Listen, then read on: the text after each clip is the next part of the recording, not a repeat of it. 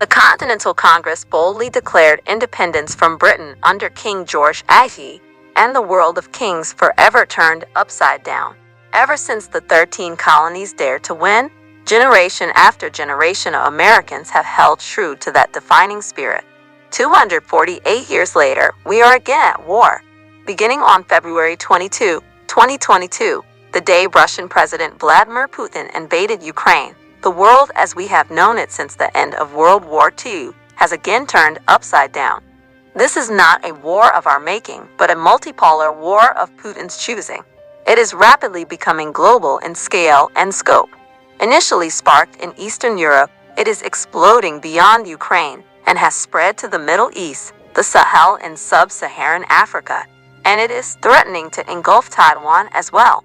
What was an ideological war is now increasingly kinetic. Yet Washington and Brussels remain largely dismissive of Putin's coalescing partnership with Chinese President Xi Jinping to impose their multipolar world order on the West. We are already in World War VIII. It does not look or feel like Hollywood said it would. Nuclear mushroom clouds are not exploding around us, nor are we waking up to radioactive day-after scenarios, trying to survive in fallout shelters. Rather, this real-life version of World War VIII is far more insidious and deceptive. We are facing death by 1,000 Russian and Chinese cuts around the globe, and the vast majority of the country remains unaware of our growing peril.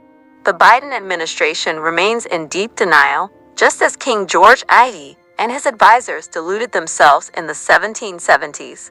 Washington must finally wake up to the scope and scale of Moscow and Beijing's machinations, and then level with the American people about what must be asked of them to defend liberty. This war is not going to go away. Chillingly, Biden lacks an overall strategy to win, and National Security Advisor Jake Sullivan is incapable of forging one, instead inexplicably choosing to play for ties and short-term political gains. As a result, we find ourselves at increased risk of those ties turning into losses. As the saying goes, if you are not winning, you are losing. It is time for the U.S. to recognize that it is game on.